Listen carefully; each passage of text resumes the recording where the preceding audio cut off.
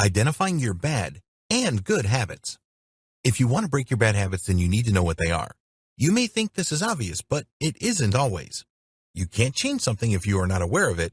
So in this video, we will show you how to identify your bad habits and your good ones so that you can move forward. One of the most important things that you need to do is to accept that you have some bad habits.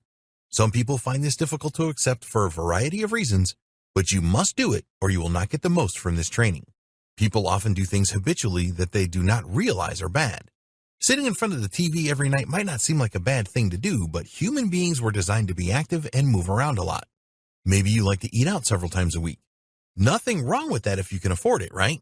Well, you may not be eating too healthily by doing this, and you can certainly put the money that you are spending eating out to better use. Some of your bad habits are going to be pretty easy to break because they don't mean that much to you. Others are going to be a lot tougher to break, but when you use the techniques revealed in this training, then you will be able to break them for sure. Okay, now that you have taken that first giant step of admitting that you have some bad habits, let's move on. Bad habits get easier. Here is something that you must understand. Starting a bad habit can be really pleasurable, and over time they will get easier. What do we mean by that? Well, let's say that one of your bad habits is lying to your spouse. This may have been pretty difficult for you to do at first, but the more you do it, the easier it became. In the back of your mind, you knew that lying to the person that you love the most in the world was the wrong thing to do, but you found ways to rationalize and justify your actions. This became addictive to you. An effective way to identify bad habits. Go to a place where you will not be disturbed and take some paper and a pen with you. You don't want any distractions while you are doing this, so put your phone in silent mode and turn off the TV. Okay, ask yourself this question. What are my bad habits? Is it really that simple? Yes, it is if you are committed to identifying your bad habits and breaking them to move forward in your life. You need to focus on the question and write down all of the answers you receive. Your subconscious mind will provide you with the answers. It doesn't matter what answers you receive, write them all down. Here are some examples of the kind of answers you may receive. I am lazy. I shout at my kids a lot. I never finish what I start. I am too much of a perfectionist. I am a procrastinator. I lie to my spouse. I spend too much money on things I don't need. I waste a lot of time on social media. I am a smoker. I am a drinker. If you have a long list of bad habits, then don't worry, you can break them all. Not receiving answers to the question is more concerning. Just focus on the question and keep asking yourself. Something will definitely turn up. Get specific about your bad habits. Once you have your list of bad habits, then you will need to be more specific about them.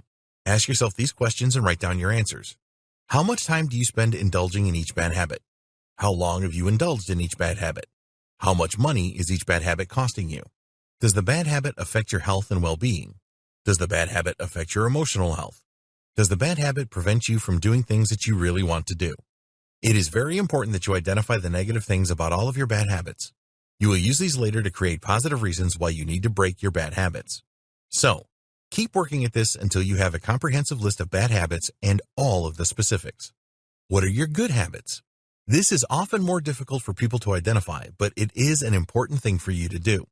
This will help to reinforce future good habits that you want to form. So, to identify them, use the same process as before, but this time ask yourself, what are my good habits? Here are some examples of the answers you may receive. I always help people. I am a doer and an action taker.